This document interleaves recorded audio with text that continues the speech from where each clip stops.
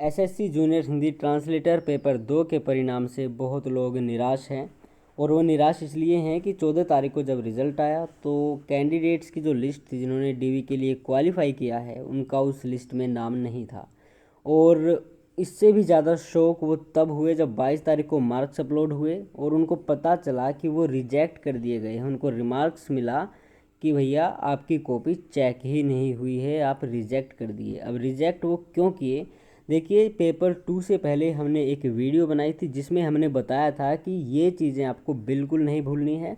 आप ये फ़ोटो देखिए, इसमें साफ साफ लिखा है जिन अभ्यर्थियों की प्रश्न पत्र सह उत्तर पुस्तिका पर अनुक्रमांक, हस्ताक्षर और बाएं हाथ के अंगूठे की छाप जहां आवश्यक हो अगर वहां पर नहीं भरे होंगे तो उनका मूल्यांकन नहीं किया जाएगा तथा ऐसे अभ्यर्थियों को 0 अंक दिया जाएगा, अर्थात उनको रिजेक्ट कर दिया जाएगा।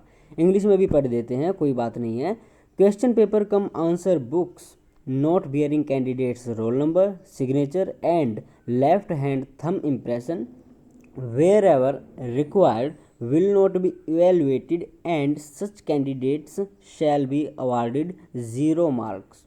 तो यार इन्होंने साफ साफ लिख दिया था कि आपने अगर सिग्नेचर नहीं किए, थंब इम्प्रेशन जो लेफ़्ट आपका होना चाहिए वो नहीं लगाया, चाहे आप लड़का हो या लड़की हो। एक्चुअली होता क्या है कि लड़का लेफ़्ट लगाता है, लड़की राइट लगाती है, लेकिन यहाँ पे सभी को लेफ़्ट लगाना है। और ये भी लिखा था कि रोल नंबर वगैरह में कोई दिक्कत हुई, नहीं लिखा तो आपको रिजेक्ट कर दिया जाएगा, आपकी कॉपी चेक नहीं होगी, भले ही आपने 200 में से 200 अंक की परीक्षा कर रखी हो।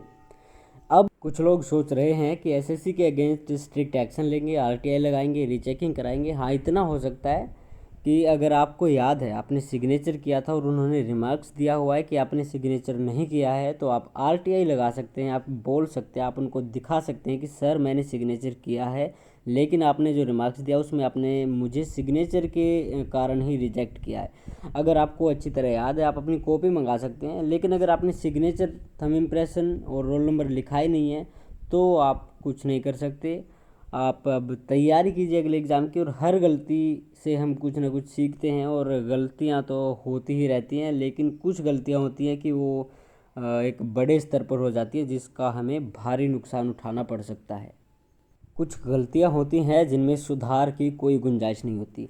देखिए एग्ज़ाम्स के जो मौके आते हैं, पहले ही हमारे देश में ऐसी सिचुएशन बनी हुई है कि बहुत कम एग्ज़ाम्स होते हैं, और होते भी हैं तो 1 डेढ़ 2 साल लग ही जाता है क्लियर होने में। और आपको इतनी छोटी सी माइनर सी गलती की वजह से इतना बड़ा, इतना भारी नुकसान हुआ हो। अब देखिए उन कैंडिडेट्स के साथ क्या होगा जिनका लास्ट चांस था, या फिर आने वाले टाइम में उनको इतना टाइम नहीं मिल पाएगा कि वो किसी भी एग्ज़ाम की इतने अच्छे से तैयारी कर लें। हर साल हमारी जो सिचुएशन होती है वो एक नहीं होती, हर साल बदलती रहती है। खैर जानबूझ के तो कोई नहीं करता, लेकिन फिर भी अगर इस तरह की गलतियां आपसे हुई हैं तो आने वाले टाइम में प्लीज़ आप अच्छी तरह एक बार सारे इंस्ट्रक्शंस पढ़ लीजिए और क्या कुछ लिखा है।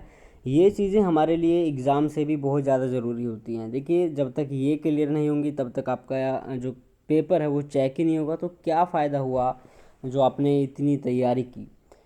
तो तैयारी खैर काम तो आती है कहीं ना कहीं, 2020 में नहीं तो 2021 में आएगी, इस एग्ज़ाम में ना सही तो और किसी एग्ज़ाम में आएगी, लेकिन उसका जो नुकसान हुआ उसकी तो भरपाई शायद ही आप कर पाएंगे।